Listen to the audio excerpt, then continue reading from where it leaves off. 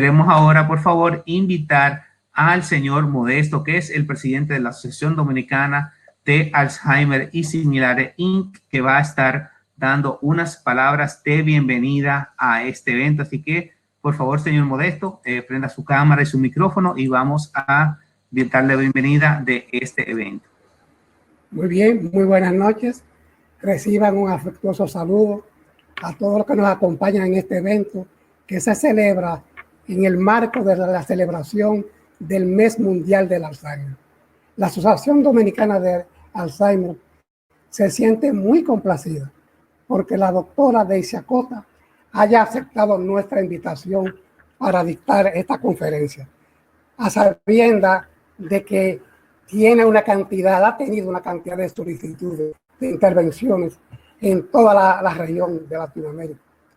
Entonces, nada, la doctora Daisy Acosta, como ya se ha mencionado, es médico psicogeriatra, es cofundadora de la Asociación Dominicana de Alzheimer y también su asesora científica. Así pues, le invitamos a que nos acompañe en este viaje imaginario a través de la enfermedad de Alzheimer. Muchísimas gracias. Excelente, muchísimas gracias, señor Modesto. Recuerde apagar su cámara y su micrófono y vamos a presentar ahora mismo a la doctora Daisy Acosta. Es graduada de la Universidad Dominicana Nacional Pedro Enríquez Ureña de Medicina. También ha hecho su especialidad en psiquiatría general y con una subespecialización en psiquiatría geriátrica en el St. Francis General Hospital de St. Petersburg, Pensilvania.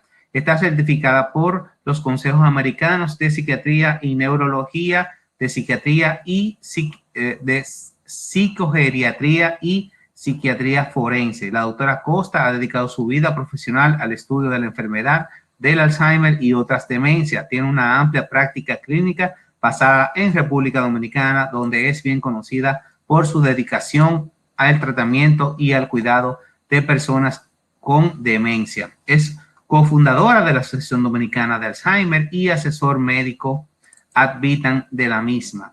Ha sido autora de muchos artículos científicos publicados en las revistas nacionales e internacionales y coautora de varios libros sobre el tema en la región latinoamericana. Es además investigadora principal del Grupo de Investigación de Demencia 1066 en el Centro Dominicano.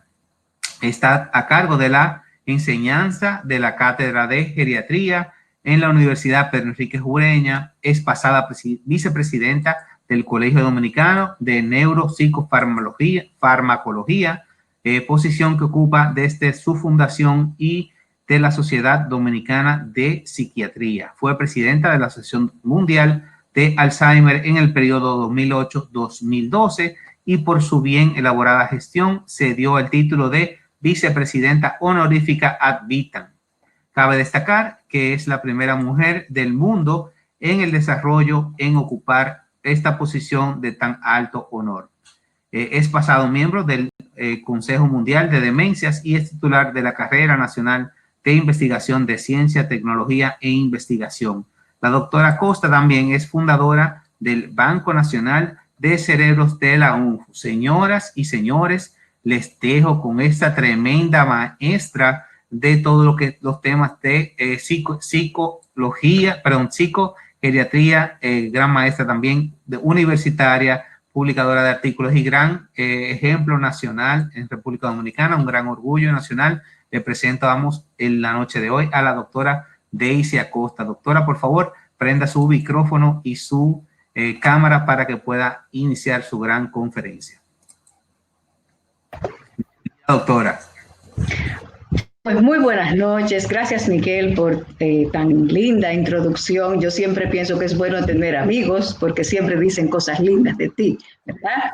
Esta es una conferencia de la Asociación Dominicana de Alzheimer en el marco, como decía nuestro presidente José Modesto, de ese Mes Mundial del Alzheimer. Yo quiero llegar a todos nuestros miembros, a todos nuestros cuidadores, a todos los pacientes que padecen de esta enfermedad y voy a hacer un viaje a través de esta enfermedad. Le agradezco infinitamente a los laboratorios Mayen Guerra con sus productos NeuroPlus y Doneclar, que siempre nos acompañan y nos dan la mano en ayudar a nuestros pacientes. Y gracias a nombre de Jenice Álvarez, quien es nuestra gerente en estos momentos, por prestarnos esta plataforma y ayudarnos a llevar este mensaje a nuestros cuidadores y a nuestros pacientes. Pues bien, vamos a hacer ese viaje. Fíjense, en pantalla tenemos a Marilyn Truscott. Marilyn Truscott es una mujer afectada con una demencia frontotemporal y ese es su esposo George.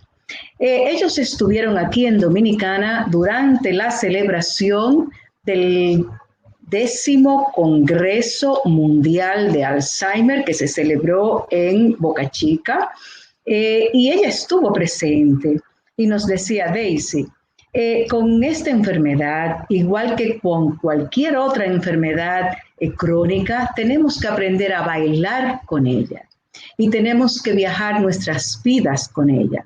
De ahí el título de esta conferencia. Vamos a hacer un viaje a través de la demencia y fíjense que cambio el nombre de enfermedad de Alzheimer a demencia porque realmente son muchas las demencias, hay más de 100 formas de demencia. La enfermedad de Alzheimer simplemente es la más común de ellas, pero todas llevan más o menos el mismo curso. Fíjense que en esta enfermedad debemos de reconocer los síntomas iniciales, muy importante.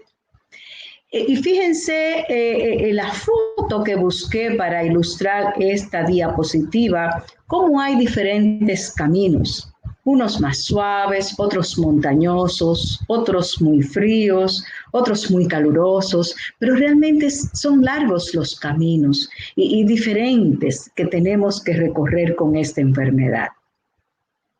Primero tenemos que ser diagnosticados. Y es un largo viaje de cambios, de diferentes cambios a través de nuestras vidas. Es un viaje en el que vamos a necesitar cuidado y soporte, y es un viaje en el que al final del mismo nos vamos a encontrar la muerte, porque la enfermedad de Alzheimer es una enfermedad neurodegenerativa, progresiva, no tiene cura y es mortal. ¿Y qué necesitamos para este viaje? Necesitamos muchísimas cosas, pero cuidado con no recargar esa mochila, porque después no la vamos a poder cargar. De manera que debemos de ser muy selectivos de qué vamos a poner en esa mochila. Y yo pienso que lo más importante son esas 3 que tengo ahí en un paréntesis, que es el conocimiento, que por supuesto es la educación sobre la enfermedad, el entendimiento de la misma y la aceptación de ella. Y ese es el secreto del éxito, definitivamente. Esas son las 3 primeras cosas que van en esa mochila, en ese viaje que vamos a emprender. El humor no puede faltar. Si tomamos esta enfermedad con el peso de lo que significa, no la sobrevivimos. De manera que debemos poner humor en ella y ponerlo en la mochila. Debemos de meter en esa mochila y sobre todo un cuidador que sepa cómo cuidarse. Y un cuidador que sepa cómo cuidarse, las cosas más importantes es que ese cuidador sepa cuándo necesita ayuda y cuándo buscar esa ayuda. Si no, no es un cuidador que va a sobrevivir este viaje que vamos a emprender. Necesitamos un buen doctor. ¿Y qué es un buen doctor? Pues bien, no es el doctor que más sabe, no es el doctor que está en todos los artículos, en todas las revistas científicas, pues no, es el doctor que cuando yo lo llamo está presente y me da un consejo y me dice qué hacer. Y en esa mochila, finalmente, no puede faltar tu asociación de Alzheimer de tu país, porque es la que te va a dar las pautas a lo largo del viaje de cómo ir modulando y cómo ir escuchando el lenguaje de esta enfermedad. El humor. Fíjense que el humor es tan importante. Fíjense que aquí puse, por ejemplo, le dice esta persona muy adulta mayor a su muy adulta mayor esposa y le dice, oye, Elcira, ¿qué éramos nosotros? ¿Esposos, novios, amigos o qué?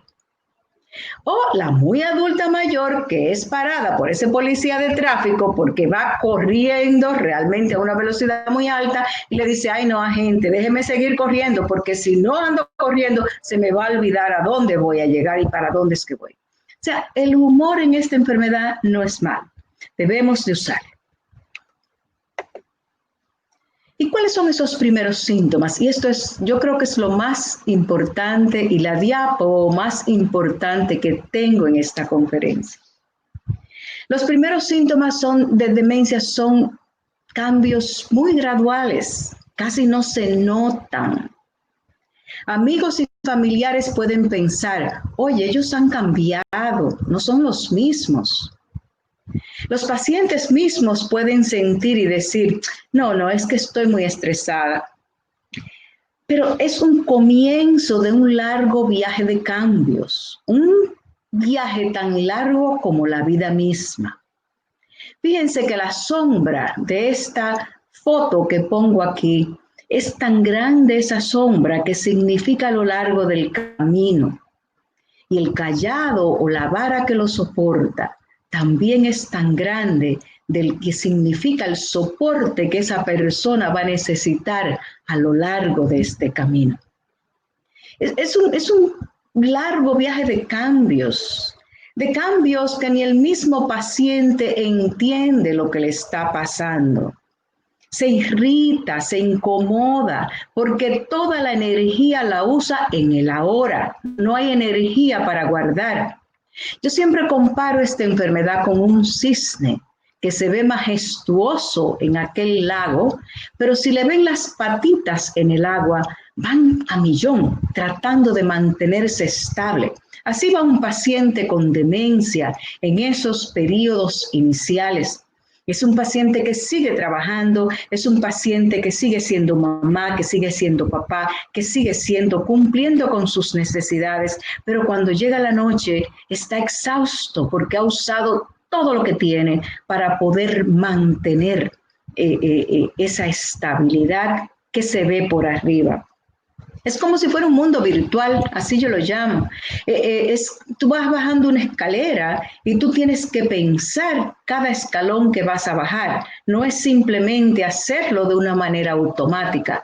Todo tiene que ser pensado, todo tiene que ser calculado y te exhaustas. Entonces de ahí viene la irritabilidad. Es un largo camino, un camino de concientización, de entendimiento hacia ti mismo, de confrontación con tus necesidades. Es muy, muy complejo y a menudo nadie lo entiende porque se confunden muchos con las cosas normales de la vejez. Y por ahí viene este camino. Lo primero es el diagnóstico. Diagnosticando demencia, cuanto antes mejor. Este fue el lema del Mes Mundial de Alzheimer del año 2009. ¿Y por qué diagnosticar? Las bases éticas de un diagnóstico es que el entendimiento y el conocimiento nos dan poder. Una vez tú tienes un diagnóstico, tú sabes a qué atenerte, tú sabes lo que tiene. Esto retorna la dignidad al paciente con demencia. Permite al cuidador interpretar la conducta del paciente de una manera más positiva. Ya puede entender, bueno, no me está manipulando, tiene una enfermedad. Alivia la vergüenza y el criticismo en el cuidador. Muy importante, porque con todos estos cambios, el cuidador se siente tildado, el cuidador se siente avergonzado por la conducta que está presentando esa persona y al ser diagnosticado puede situarse en una mejor posición de entender lo que está pasando. El diagnóstico es el comienzo de un proceso que lleva a la acción. Dando el diagnóstico. Como médicos, al dar un diagnóstico, debemos recordar que hay una persona detrás de los escáneres y del diagnóstico. Hablarles como un ser humano que está funcionando dentro de la normalidad intelectual, porque pensamos que una vez un paciente te da un diagnóstico de demencia, que no nos entiende, que no puede entender lo que está pasando a su alrededor, y eso no es verdad. Eso requiere un largo camino para que esto llegue a esa situación. O sea que el médico debe de entender y expresarle a esos pacientes: tú estás tan bien como te sientes. Y eso es lo importante.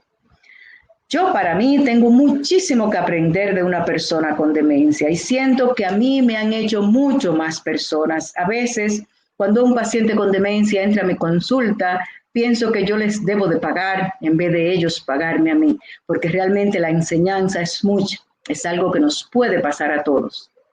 Pero no importa cómo tú le des un diagnóstico, los que ellos escuchan es lo siguiente: tengo una enfermedad neurodegenerativa, progresiva, en 3-4 años no voy a conocer a mis hijos, no tengo cura. Esa es una de las cosas más importantes. Y usted como médico debe de entender que eso es lo que esas personas están escuchando para usted saber cómo manejar ese diagnóstico de una manera más apropiada.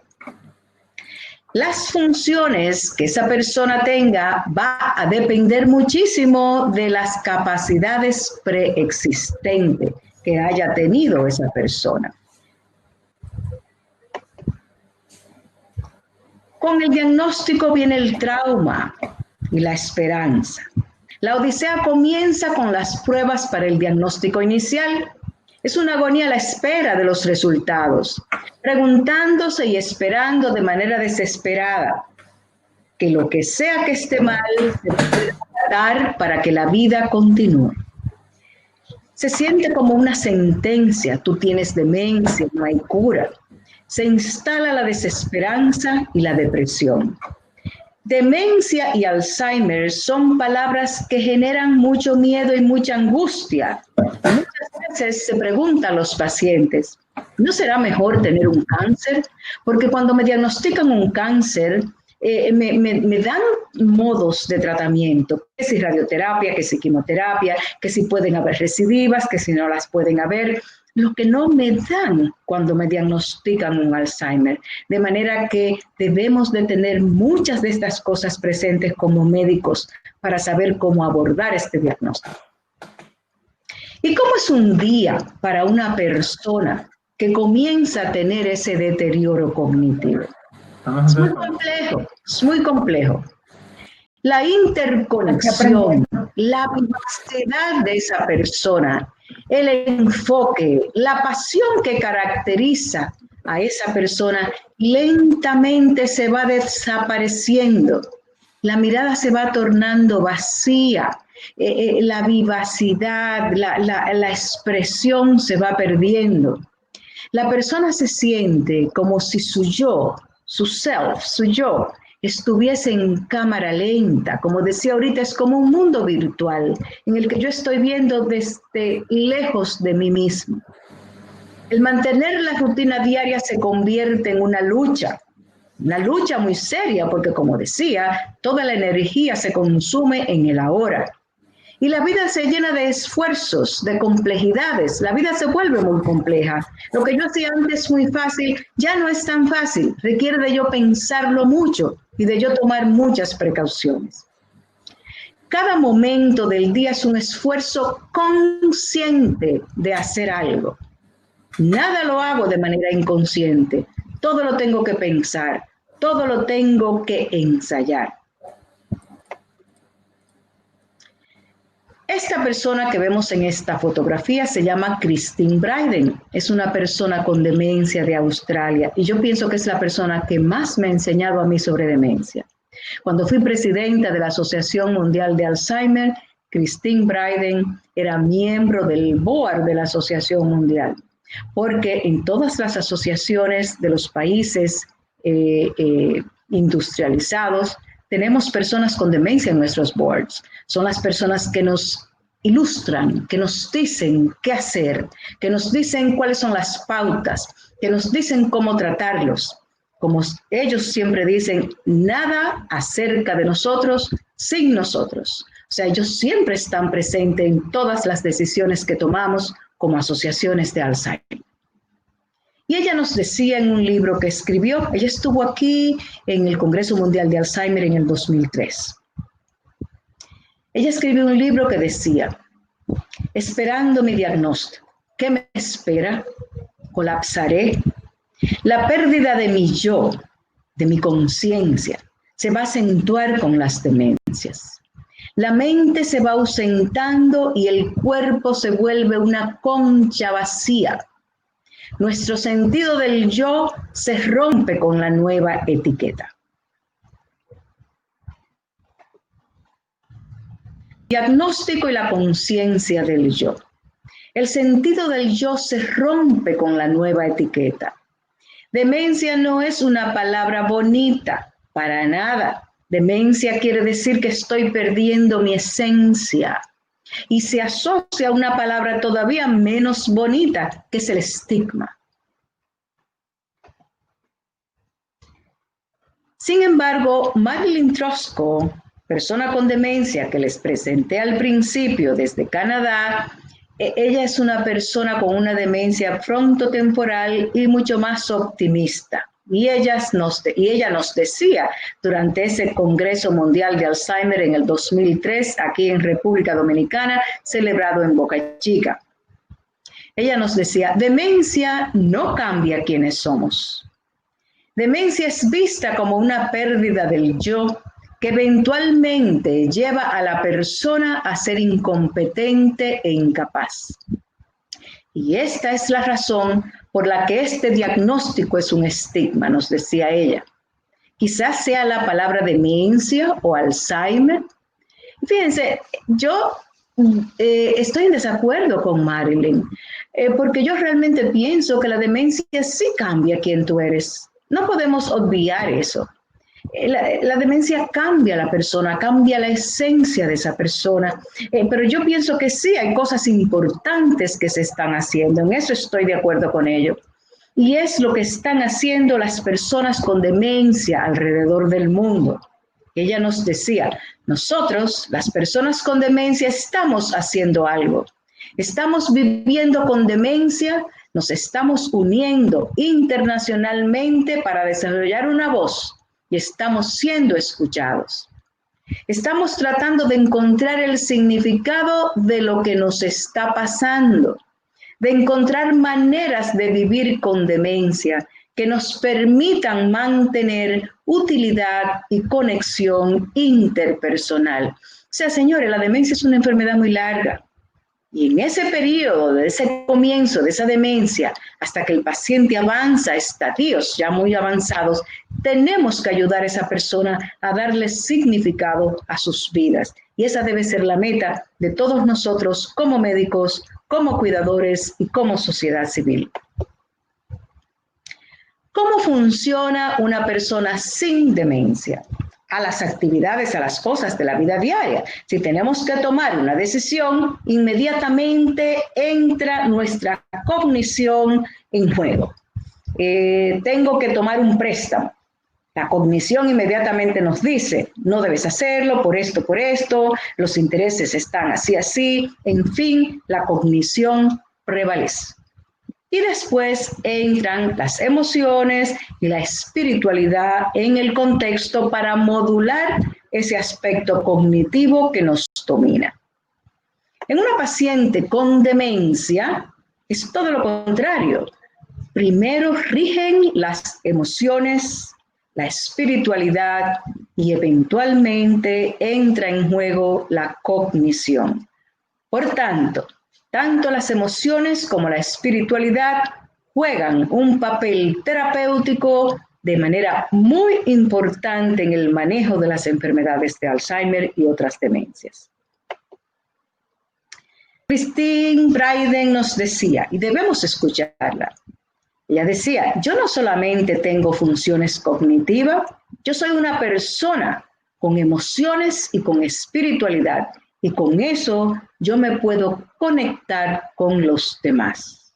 Muy importante. De nuevo repito, la espiritualidad en estos pacientes juega un papel sumamente importante y no debemos descuidarlo como herramienta terapéutica primordial. Y aquí subrayo la palabra amor. Vamos a hablar del amor y la enfermedad de Alzheimer. El amor suena como una palabrita muy cursi, muy cliché, pero qué importante es en esta enfermedad. Fíjense, cuando ustedes tienen un paciente ya en un estadio moderado de demencia, ustedes comienzan a escuchar este balbuceo, que es lo que yo la llamo el hambre de amor humana más grande en el mundo. ¿Qué dicen ellos? Me quiero ir a mi casa, quiero ver a mi mamá. Nunca nadie viene a verme. Tengo que irme, los niños me esperan. Todo el que trabaja con demencia, todo cuidador, ha oído esto mucho, todas las tardes, cuando viene ese síndrome de la puesta de sol. Me quiero ir, quiero irme a un entorno conocido, quiero ver mi gente, me siento solo. ¿Dónde están? Me voy. Esto delata los profundos deseos de un ser humano de ser cuidado y de ser aceptado y de ser necesitado de manera incondicional. Nos enfrentamos, señores, con la más profunda hambre humana de amor incondicional. Y eso nos hace sentir sumamente inadecuados. Cuando vemos todo esto, queremos salir huyendo. Porque ¿cómo damos ese amor tan incondicional? No estamos acostumbrados a eso. La persona con demencia, sin embargo, nos da la oportunidad de practicar compasión y amor incondicional. ¿Y qué hacemos nosotros cuando nos vemos confrontados con esta necesidad de amor? Pues hacemos una crisis de amor, una tremenda crisis. Nos sentimos un fallo. No es que somos malos, solo tratamos de evitar nuestros sentimientos más profundos de dolor. Y nos enfrascamos en múltiples tareas en el cuidado que realmente no son importantes, en cambiar los pañales, en lavar la ropa, en cambiar la sábana, en que los pacientes estén limpiecitos. Eso no es lo que nos está pidiendo esa persona. No nos está pidiendo limpieza, no nos está pidiendo orden, no nos está pidiendo que le den comida, no, nos está pidiendo amor. Estamos unidas a las personas por el rol que tienen en nuestras vidas. Tú eres mi papá, yo soy tu hija. Tú eres mi tía, tú eres mi sobrina. O sea, es un rol. Pero aquí no hay roles. Los pacientes con demencia se olvidan de ese rol y encontramos eso muy difícil de perdonar y aceptar. Pero ¿y cómo es que yo soy la mamá de mi mamá? Inclusive ella me llama mamá. Recuerdo que mi mamá me decía, tú eres mi mamá. Muy duro, muy duro. Es una persona con la que tú no puedes sentarte a buscar un consejo. Es la persona con la que anda buscando de ti, con la que quiere tenerte a su lado de manera constante. Y tú no soportas eso porque tú tienes tu vida, tú tienes tu libertad, tú tienes tu rango de acción y esta persona te está absorbiendo, te está coartando, te hace que te sientes a su lado. No a nada, a darle amor. Y eso es muy duro. Y tenemos que amarlos aquí y ahora, no por el pasado ni por el futuro. Muy duro. Si tú estás cuidando a tu marido, que fue un bandido, que te pegó mucho los cuernos por ahí, que fue malo, pero está ahora con una demencia y tú lo estás cuidando, tú lo tienes que cuidar ahora, no por el pasado, no por el futuro. La enfermedad de Alzheimer, señores, para nada es nueva. Lo que es nuevo es nuestra conciencia de ella. Fíjense que Solón, un famoso filósofo, abogado griego, 500 años antes de Cristo, nos decía que el juicio ya dañado por una edad muy avanzada era suficiente causa para invalidar un testamento. Y eso quiere decir que ya esa enfermedad de Alzheimer de comienzo tardío existía 500 años antes de Cristo. Y ahora vamos a hablar de aquel que cuida. A mí me es muy difícil encontrar la definición de un cuidador, porque, óigame, que un cuidador es un cuidador. Es la provisión de cuidado extraordinario, excediendo lo que es normativo o usual en las relaciones familiares. Envuelve un significativo gasto de tiempo, energía y dinero sobre un periodo de tiempo potencialmente largo. Tareas que pueden ser desagradables e incómodas psicológicamente, estresantes y físicamente extenuantes. ¿Cuáles son las consecuencias de ese cuidado? La mayoría de las familias y amigos, quienes proveen cuidado informal, se enorgullecen de su papel y perciben muchas cosas positivas.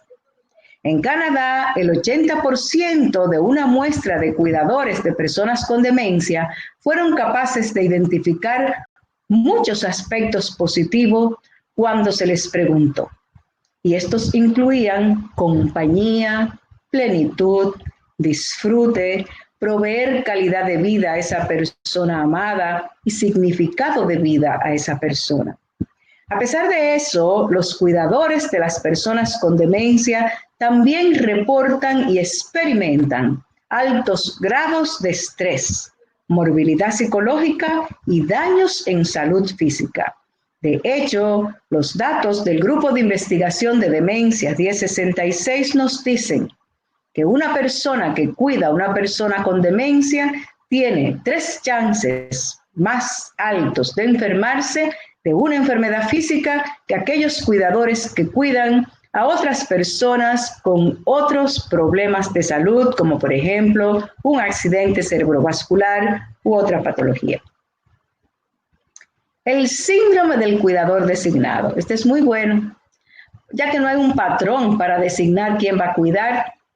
Siempre se elige o la hija que no está casada, la hija que está divorciada, aquella casa donde el hijo, donde hay una habitación vacía, etc. O sea que no hay un patrón, se designa al que esté de turno bajo estas circunstancias.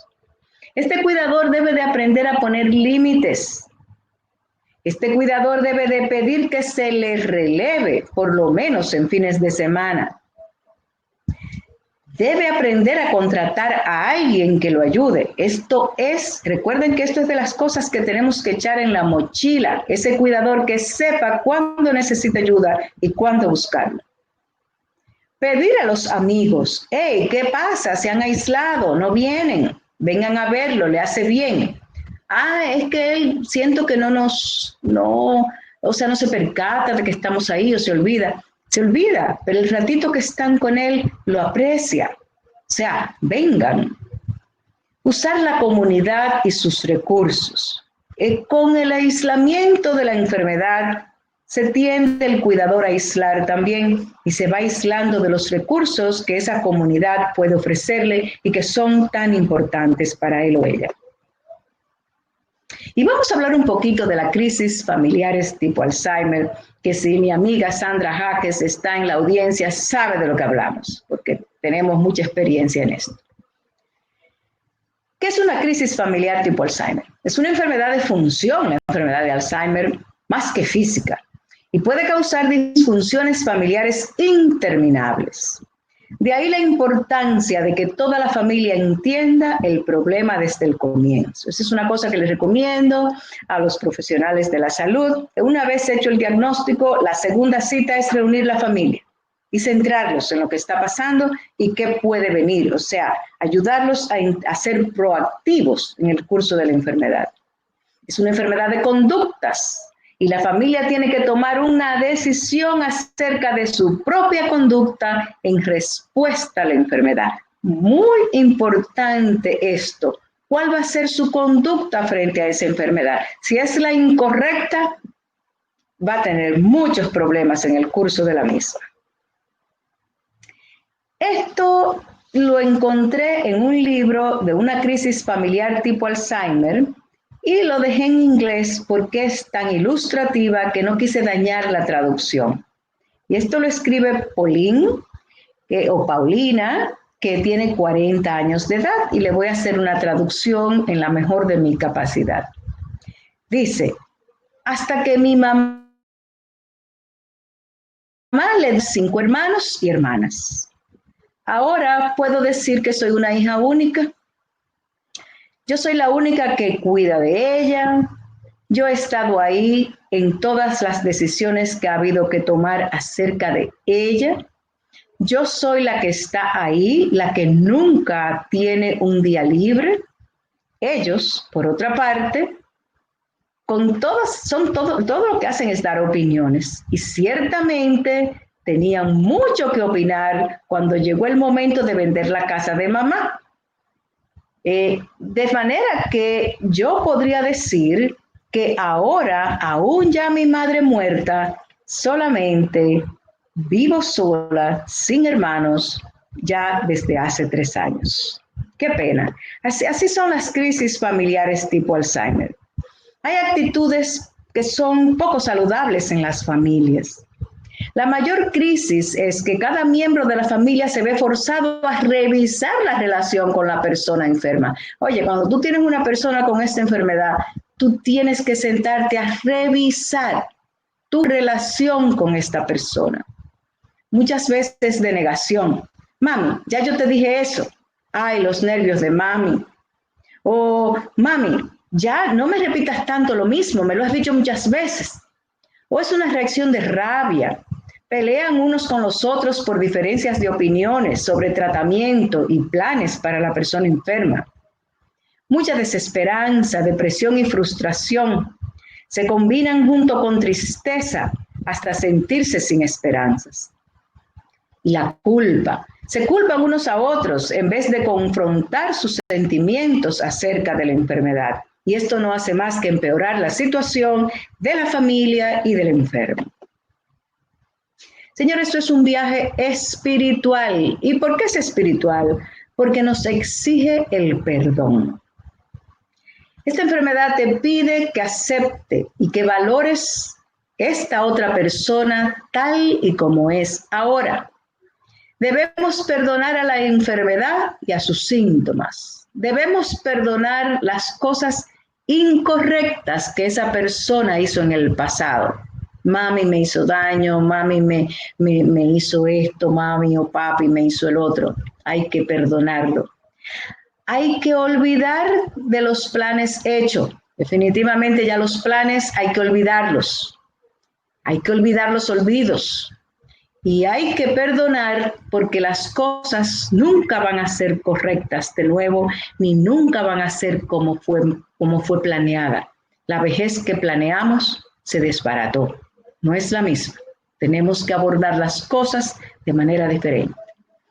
La más profunda lección espiritual es que si no puedes atender a tus propias necesidades como cuidador, no vas a poder atender las necesidades de otros.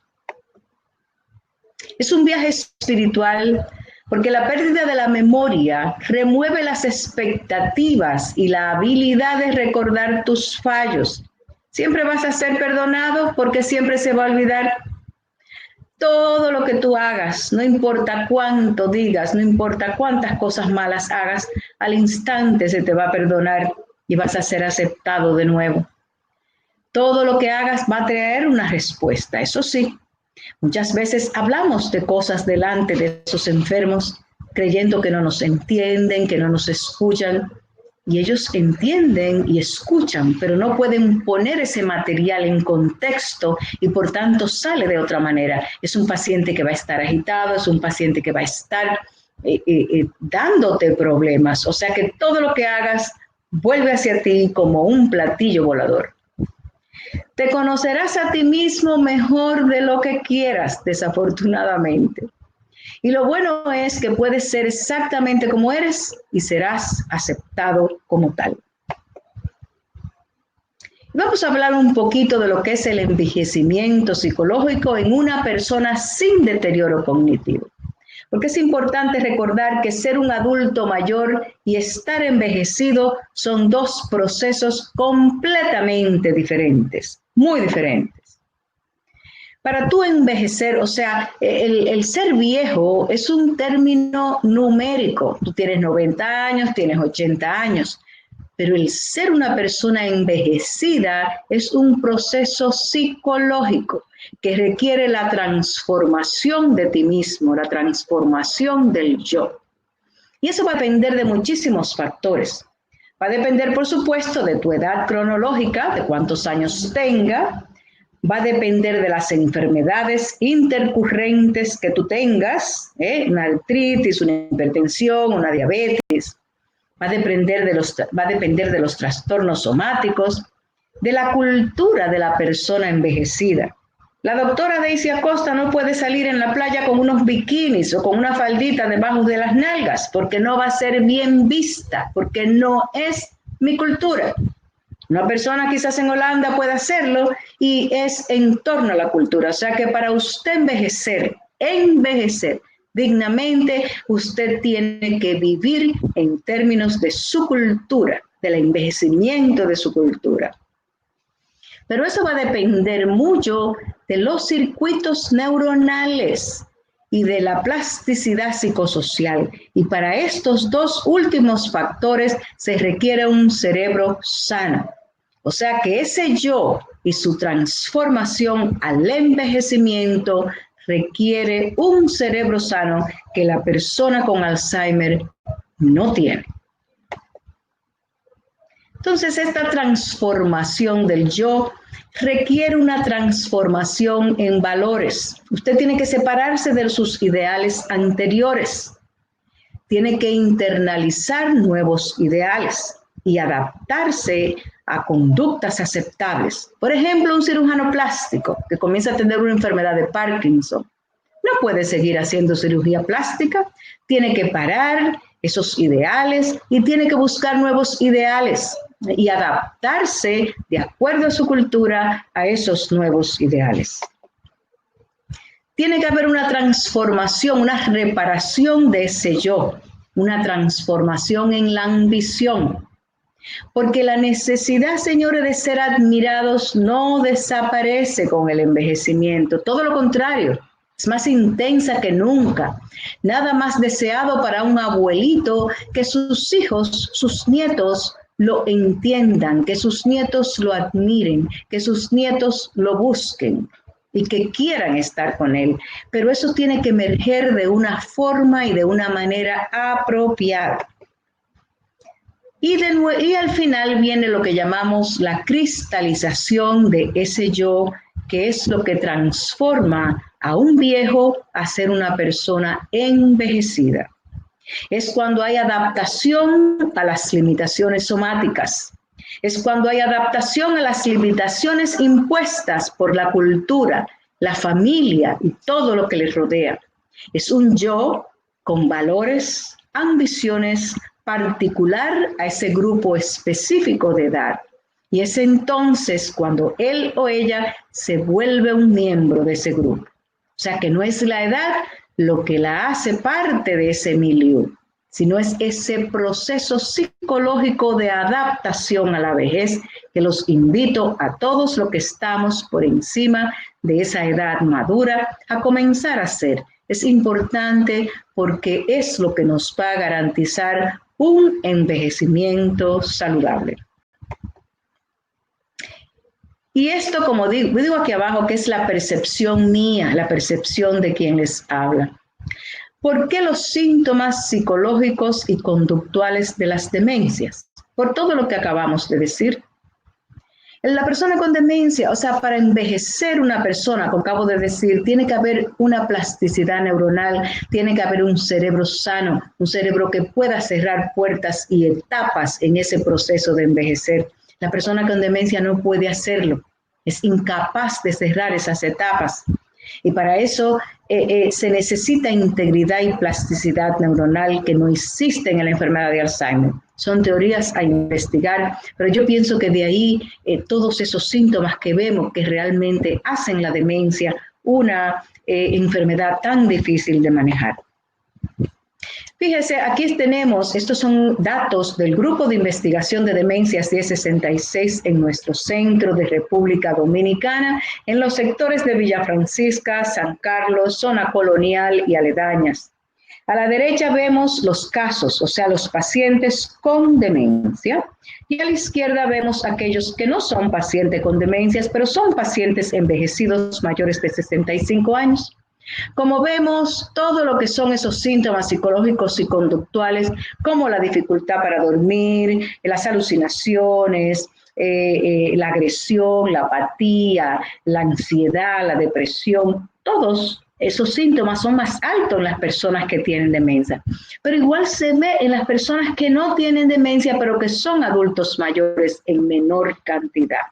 Estas personas deben de mantenerse un ojo en ellas, porque aunque no son demencias, en el momento tienen mucho más chances de convertirse en pacientes con demencia a lo largo de la evolución. Y finalmente viene la muerte. A menudo es bienvenida después de tanto sufrimiento. La típica muerte por enfermedad de Alzheimer usualmente recuerda el sueño natural o la salida de conciencia. No es nada que temer, no tiene dolor o aspectos que den miedo. Simplemente es el final de la vida. Todos vamos a llegar al final de la vida. No son cuadros grotescos. Hay cosas que debes de pensar con antelación, tomar decisiones acerca del cuidado a medida que se acerca la muerte, alimentación artificial y establecer un poder legal sobre lo que se va a hacer. Fíjense que la necesidad más importante en ese momento, cuando esa muerte está llegando, es compañía. No es más nada. Déjale saber a la persona que no está solo, que tú estás ahí. El amor nunca es irrelevante o innecesario. Estar presente en la muerte de alguien nos recuerda el amor. Nos hace tener menos miedo de nuestra propia muerte. Y el duelo se desarrolla mucho más sano y mucho más fácil. Y es más fácil después de entablar una vida nueva. No se enfrasque en cosas a hacer, en tener la casa bonita, porque si se muere la gente va a llegar, en tener la ropa con la que va. No, acompaña a la persona, dele la mano, esté ahí presente y diga yo estoy aquí. Eso lo va a poner en contacto con su propia muerte y va a vivir una vida más plena, más sana y más consciente de su propia existencia. ¿Y qué se necesita para ser un buen cuidador? Óigame, una cabeza fría, un corazón muy tibio, manos expertas y mucho humor. Y esto nos lo dice esta persona de 103 años del capítulo de la Asociación Alzheimer de Hiroshima. Y quiero ahora ponerle este video hablando de humor para que veamos cómo la tercera edad o el envejecimiento nos acerca a lo que es la tercera edad.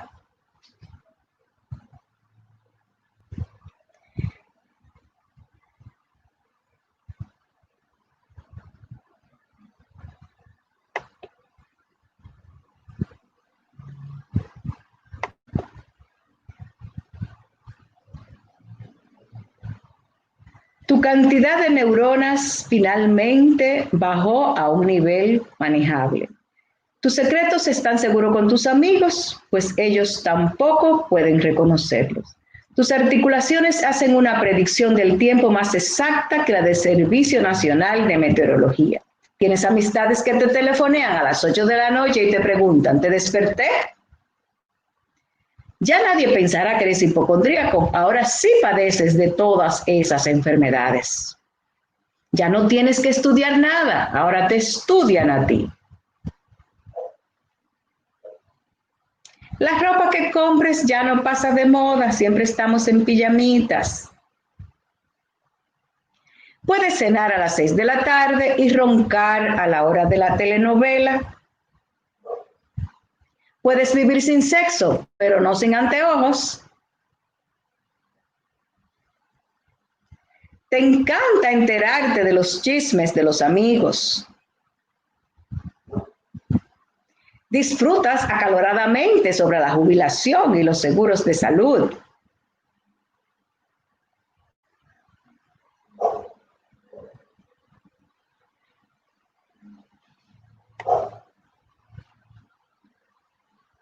De todos modos, si usted mandó este mensaje y no se acuerda quién se lo mandó, no se preocupe, tampoco yo me acuerdo. Señores, muchísimas gracias y pasen muy buenas noches. Excelente, señores. Yo le pido un gran aplauso virtual a la doctora. Tenemos por acá muchas inquietudes.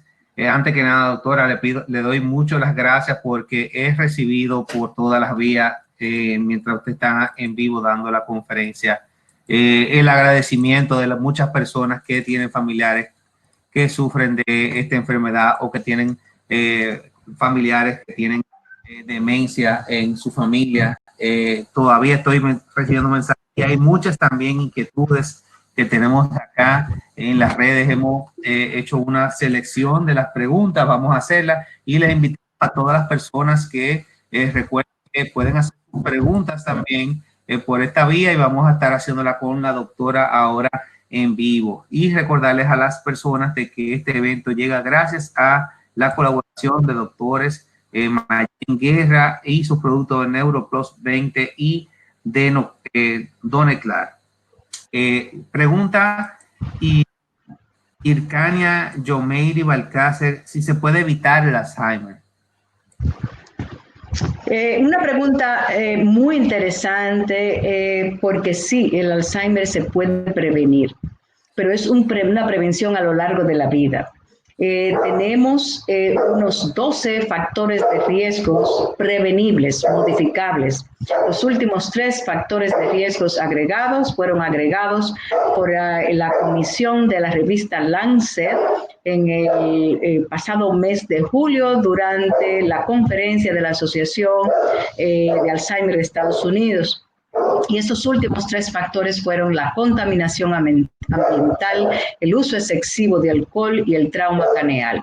Esto aunado a los 9 factores de riesgo ya conocidos, como la hipercolesterolemia, la hipertrigliceridemia, la hipertensión arterial, la falta de ejercicio, todos los factores de riesgo vasculares conocidos.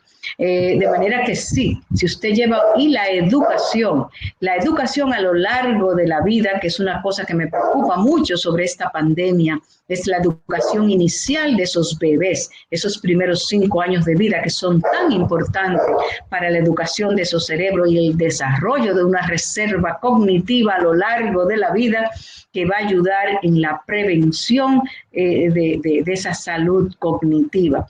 De manera que si logramos llevar ese estilo de vida saludable a lo largo de la vida y controlando esos factores de riesgo que tienen mucho que ver en las diferentes etapas de la vida, porque, por ejemplo, no es lo mismo tener una hipertensión en la vida media que en la vejez. Es mucho más peligroso en la vida media que en la vejez. De manera que todas esas cosas nos ayudan a envejecer con un cerebro sano.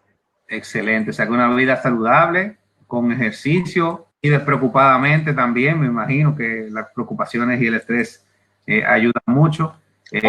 O quizás con las preocupaciones y el estrés, porque no los podemos quitar de arriba, pero canalizarlos de manera adecuada.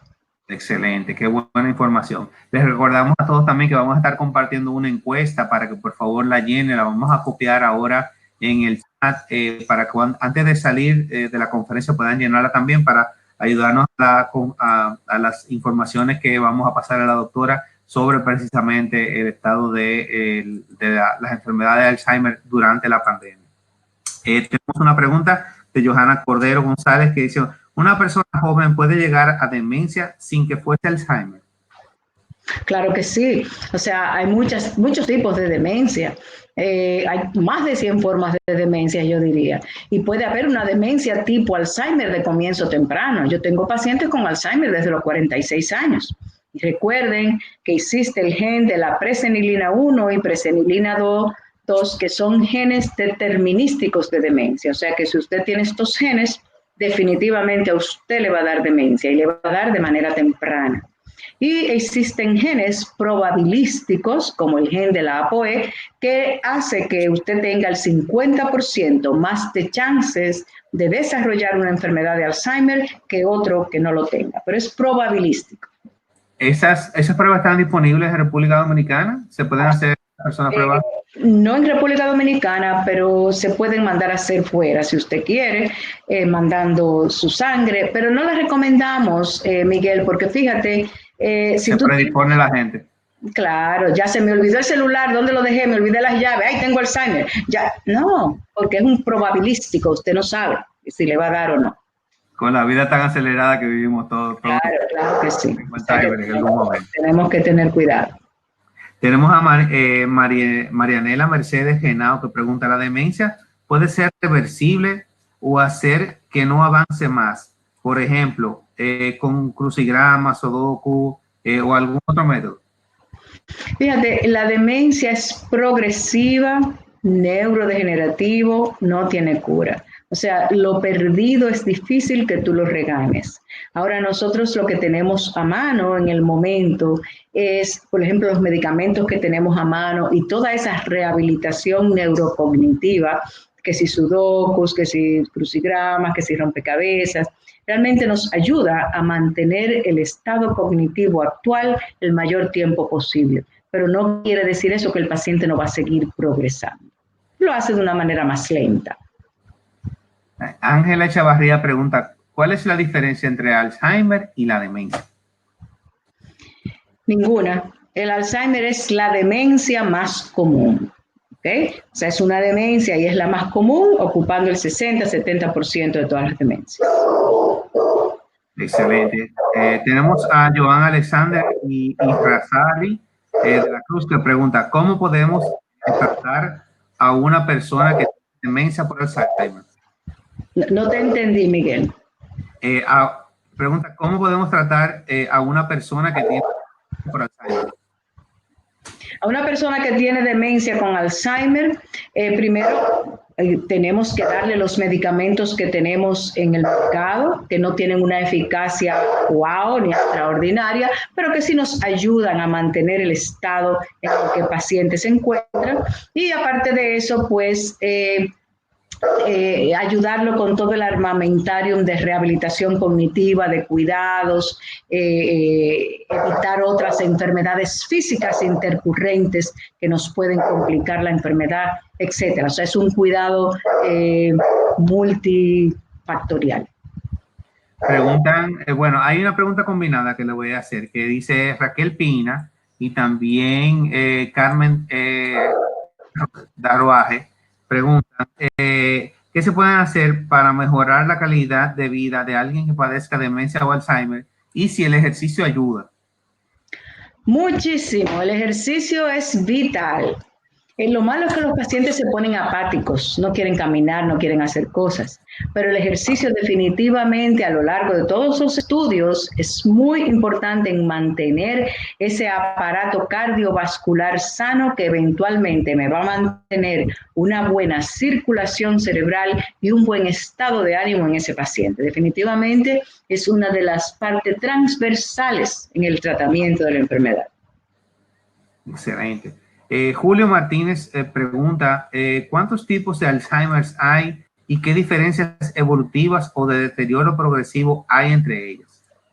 Es una pregunta súper interesante porque justo me impacta porque yo pienso que no hay un Alzheimer, hay un ramillete de enfermedades de Alzheimer que lo podemos ver en nuestra práctica. Los pacientes evolucionan de manera diferente, los síntomas son diferentes en los diferentes pacientes.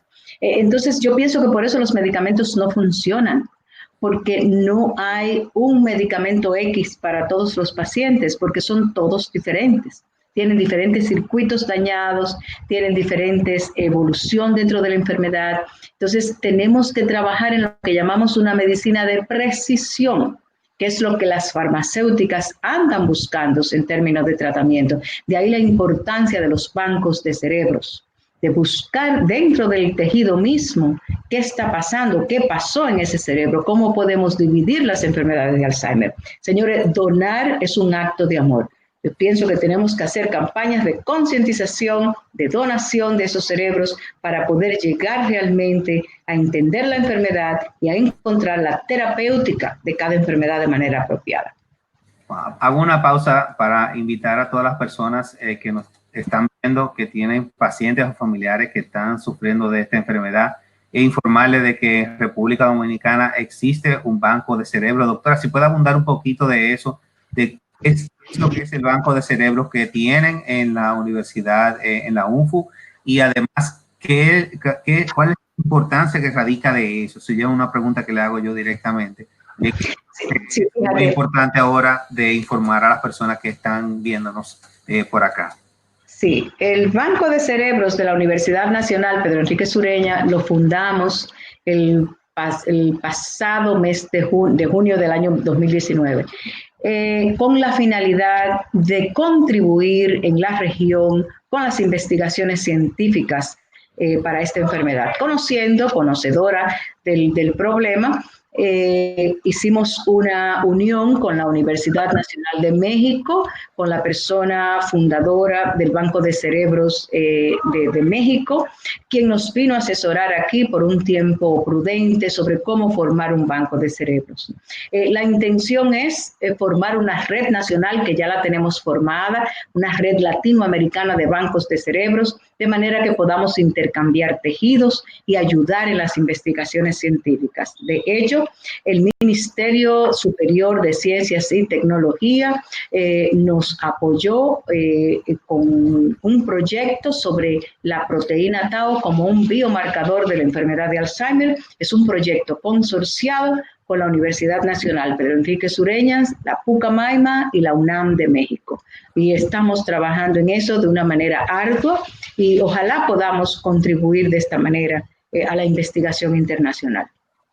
Excelente. Las personas, ¿cómo pudieran ponerse en contacto en caso de que quieran hacer la donación de cerebro, y cómo sería el proceso para que ya pueda las personas aquí estar ilustradas de cómo sería el proceso? Muy importante, la Universidad Nacional Pedro Enrique Sureña solo tiene que llamar o llamarme a mi celular e inmediatamente se pone una intención de donar, se firma una intención de donar. Es algo que tiene que ser socializado con toda la familia, porque todo el mundo tiene que estar de acuerdo, pero tampoco es una obligación. Si al final, cuando llegue el momento, alguien dice que no quiere donar, pues está bien, o sea, no es nada obligatorio. Y ese paciente pues se recoge en una carroza fúnebre. Es un proceso, sacar el cerebro es un proceso de unos 10 minutos, quizás menos, en manos expertas. El paciente queda igual, porque mucha gente piensa que la cara se le va a ver deformada. Eso queda todo igualito, se remoza el cadáver de nuevo y se entrega a sus familiares, ya sea en su casa o en la funeraria donde se vaya a velar. Es un proceso muy digno y como siempre digo yo, es un acto de amor. Excelente. Felicidades, doctora, por la iniciativa. Sé que eso va a ayudar mucho a todos los pacientes y a la ciencia en el estudio de esta terrible enfermedad. Nos pregunta Ana Santana, ¿los pacientes de Alzheimer les conviene cambiar el lugar, o sea, salir de vacaciones? Esa es una pregunta muy interesante, porque aunque debería de ayudarle, ¿verdad?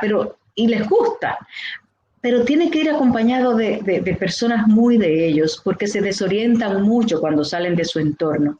Y a veces, en vez de ser unas vacaciones, se convierte en una pesadilla, porque al desorientarse se asustan, pueden tener reacciones catastróficas y realmente no es bueno, que es lo que ha pasado en la pandemia. Me los han secuestrado, me les han cambiado la rutina de la vida diaria y realmente ha habido una revolución en términos de trastornos conductuales por este cambio de rutina.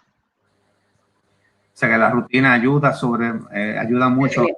Definitivamente. De un paciente que ya está avanzado con demencia. Sí, definitivamente. Alexis Peña pregunta, ¿cuál ha sido su mayor éxito terapéutico en la fase aguda del síndrome demencial? Mi mayor éxito terapéutico en la fase aguda, honestamente, que la familia entienda el problema. Ese es mi mayor éxito. Porque en la medida que la familia entienda el problema, las cosas fluyen. Y si el paciente tiene conciencia de enfermedad, que muy pocas veces lo logro, mejor todavía.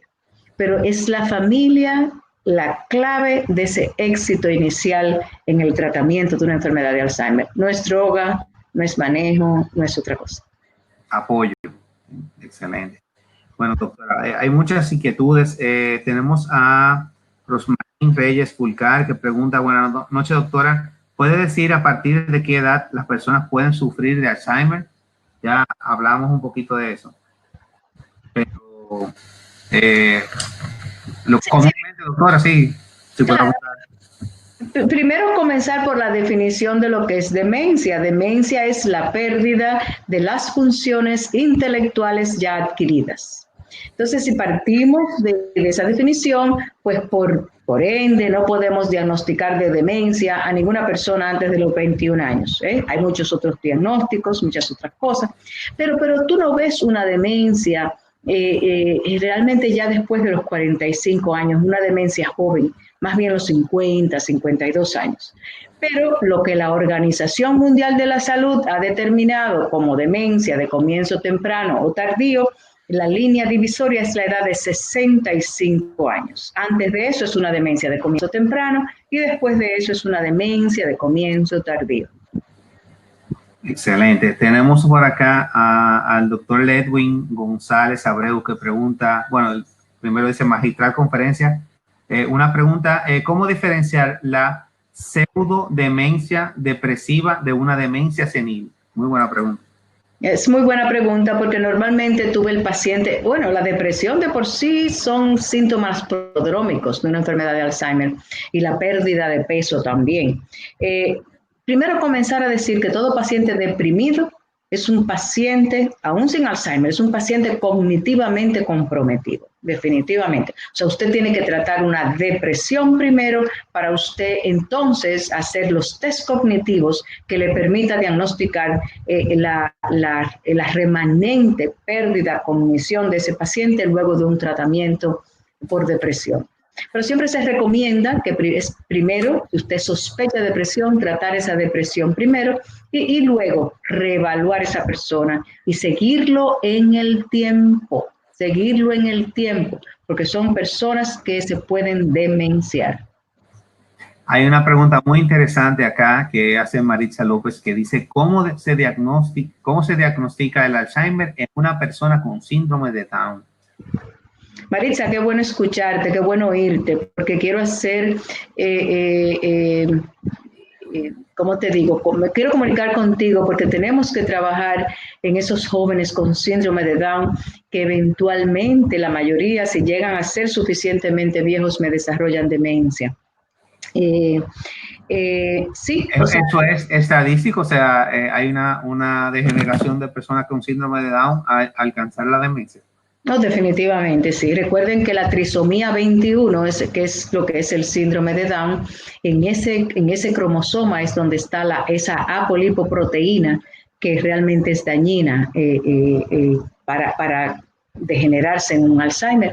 Y estos jóvenes, si llegan a ser suficientemente viejos, la mayoría desarrollan enfermedad de Alzheimer. O sea que esos son pacientitos que tenemos que tener muy en la mira y muy evaluados en el tiempo. Para ver cuándo cuándo comienzan a desarrollar ese deterioro cognitivo y comenzar a tratar temprano y a tiempo. Excelente. Tenemos una pregunta de Natalie Gómez Abreu. Buenas noches, excelente ponencia. Quisiera saber cómo hago de ser posible integrarme a la Asociación Dominicana de Alzheimer y similares y en la parte del banco de cerebros de forma activa. Me parece que es una doctora, la doctora Natalie. Maravilloso, queremos gente en la Asociación Dominicana de Alzheimer, gente en el Banco de Cerebros. En la Asociación Dominicana de Alzheimer usted se puede comunicar al 544-1711, 544-1731. Conocieron a nuestro presidente, el señor José Modesto, quien me introdujo en la conferencia. Siempre vamos a encontrar un espacito en el que usted nos pueda ayudar. El banco ahora mismo con la pandemia han habido ciertas restricciones porque aunque no necesariamente al principio de la pandemia, ¿verdad? Estábamos todos confundidos y se prohibía el aceptar donaciones de cerebros de pacientes con COVID por el hecho de que el COVID permanecía activo aún post-mortem y entonces no nos prohibían recibir cerebros. Ya vemos, y además se necesita una bioseguridad número 4, que no la tenemos en nuestros institutos, pero ya se sabe que el COVID se inactiva fácil y pudiéramos recibir cerebros, pero el Instituto Nacional de Patología no creo que todavía esté adecuado como para recibir cerebros con COVID. Sí, están dando prioridades, me imagino, a las cosas que estamos de pandemia. Pero es bueno que lo entiendan y que se sumen como quieran, un llamado a las personas. Sé que hay muchos doctores, por lo que puedo ver acá en el chat, que los he reconocido, y también muchas personas líderes que tienen fundaciones y participan en otras fundaciones que son acordes, ya que dan apoyo a pacientes y demás. Les invitamos a que se sumen, porque realmente la labor que está haciendo la asociación y el Banco de Cerebro es muy, muy loable y sin ningún interés económico. Absolutamente, no hay fines de lucro. Todo es un tema de servicio y es muy, muy bienvenido. Asimismo, le hacemos públicamente, doctora, el apoyo total de Salud, lo que podamos servirle. Estamos para por acá ayudar en lo que podamos. Así que le dejo eso ya por acá. No sé, doctora, tenemos muchas más preguntas. No sé si quiere seguir abundando o ya paramos la transmisión hasta acá. Yo estoy aquí, lo que ustedes decidan. Aquí, excelente. Pues vamos a seguir con alguna pregunta que veo muy interesante. Hacen la pregunta de qué alimentación pueden darle a un paciente con síndrome de Down para evitar el desarrollo de la enfermedad o prevenirla. La nutrición es sumamente importante a lo largo de la vida para la prevención de una demencia y se han hecho muchísimos estudios en términos de lo que es la alimentación y la dieta mediterránea ha sido la dieta con más éxito en términos de envejecer con un cerebro saludable y ustedes saben que la dieta mediterránea es a base de verdes, a base de pescados, aceite verde, colesteroles del bueno, como decimos, y eso combinado con el ejercicio, la dieta mediterránea realmente, y la buena educación, porque la educación es un factor, transversal en lo que es la prevención de las demencias. Pero hay que decir educación. Cuando usted se refiere a buena educación, ¿a qué usted se refiere en el término de la evolución de la vida de una persona? Exacto. No es tener el título de doctor o no es tener, es la persona interesada en la vida. Es esa persona que se interesa por las cosas que pasan, es la persona que sabe, claro, que sabe leer y escribir, pero que también lee, que les interesa, que si hay una charla allí va y la escucha, que está viva, que mantiene ese cerebro ejercitado, que no lo pone en baño de María, como yo digo. ¿Tú sabes lo que es un baño de María? Sí, claro. Un cocimiento lento, a cocer algo lentamente. Eso lo hace la gente, muchas, sobre todo luego que se retira. Dormitan todo el día, descansa, pierden interés en la vida y el cerebro lo van poniendo en baño de María. O sea, que cuidado con eso. Tener un interés, un hobby y informarse, investigar, ver documentales, juntarse con personas que traten el tema, son cosas que ayudan bastante. Bueno, tenemos también, dicen dónde se consulta, doctora, también, cómo pueden contactarla. Fíjense, mi consulta es el 809-687-9526, pero yo pienso que más importante, como siempre digo, es el teléfono de la Asociación Dominicana de Alzheimer. Es allí donde usted va a buscar ayuda, es allí donde se le va a referir, es allí donde se le va a dar información, donde usted va a ir a recibir educación sobre cómo cuidar, sobre cómo tratar a estos enfermos. Son 544-1711, 544-1731. Bueno, vamos a hacer un recordatorio. Esta conferencia va a llegarle mañana por correo, el enlace para que puedan verla y también está ya en las redes sociales de Diario Salud. la hemos compartido también en las redes de la Asociación Dominicana de Alzheimer. Todas estas informaciones vamos también a enviarle en ese correo, los teléfonos de contacto de la doctora y de la sociedad del Banco de Cerebro para que puedan hacer el contacto. Les recordamos que por favor llenen la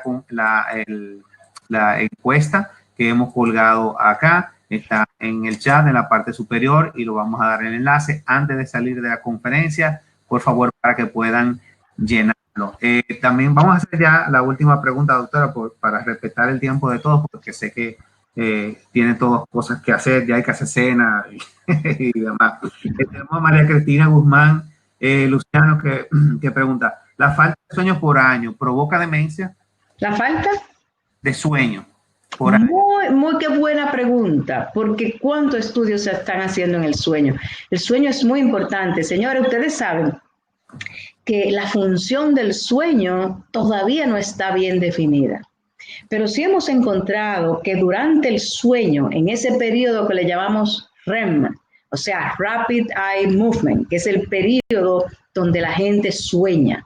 Ese es el sueño, es donde las memorias se consolidan, es donde el cerebro trabaja de manera ardua, que estamos disque durmiendo, pero es cuando el cerebro más está trabajando, guardando las memorias del día, en lo que llamamos la memoria a largo plazo. Esas memorias del día, el cerebro comienza a trabajar, todos esos neurotransmisores se comienzan a mover y comienzan a archivar las memorias del día en esa memoria a largo plazo. O sea que el sueño es sumamente importante en la memoria. Y como pueden ver, los pacientes con demencia tienen muchos trastornos del sueño. Se despiertan mucho durante la noche, duermen muchas siestas durante el día. El ritmo circadiano está todo dañado. El sueño es muy importante. Y gracias por la pregunta, de verdad.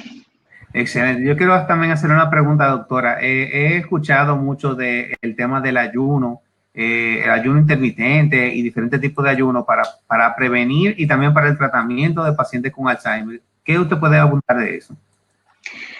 Fíjate, yo no soy muy experta en estos del ayuno. Yo tengo un hijo que me dice, hay que ayunar, hay que hacer esto, hay que hacer el otro, pero yo a mi entender, el cerebro necesita glucosa. El cerebro se alimenta única y exclusivamente de glucosa.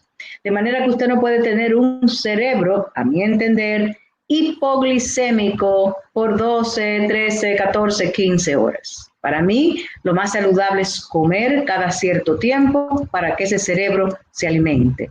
Por ejemplo, de ahí la importancia del desayuno escolar en estos niños, que los niños vayan al colegio ya comidos, de manera que ese cerebro pueda tener, pero vuelvo y te digo, no soy experta en el asunto de los ayunos, pero aparentemente hay estadísticas y evidencias científicas que lo avalan, pero no te lo puedo recomendar.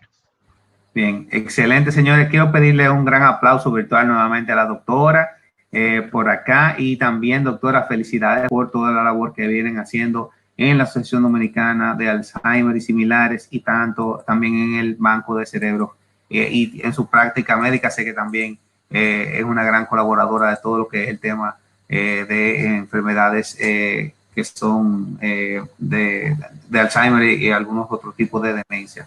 Felicitarla por su gran labor y dar las gracias por haber sacado esta noche de este jueves, el día de las Mercedes, para estar con todos nosotros. Sé que esta información va a ser, está siendo y ha sido muy importante para muchos familiares y pacientes y cuidadores de pacientes que sufren de esta enfermedad.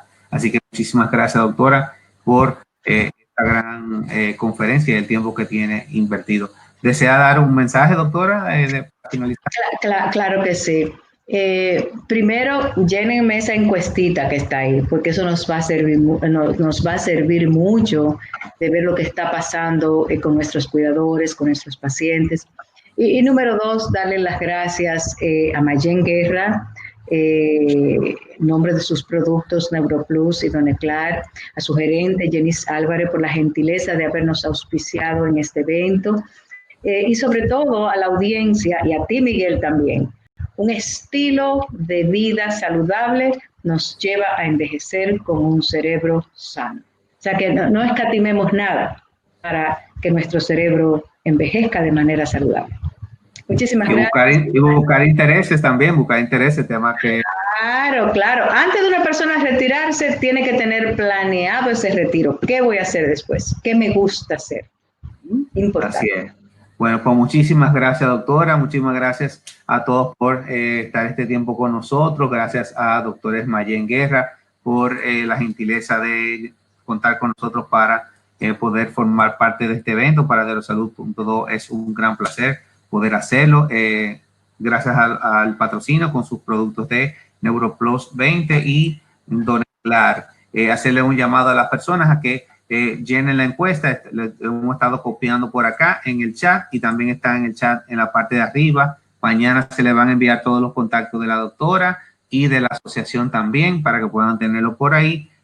Mañana a las 7 de la noche están recibiendo ese correo con todos los detalles. Queremos invitarles también a que nos sigan en Derosalud y se inscriban en nuestro boletín de informaciones diarias para que estén al tanto de todo lo que sucede en la industria de la salud en República Dominicana y, claro, en la región. Muchísimas gracias, doctora. Cuente con nosotros como siempre para cualquier cosa que podamos servirle. Gracias a todos y muy buenas noches, doctora. ¿Algo más? Muchísimas gracias. Buenas noches, Miguel.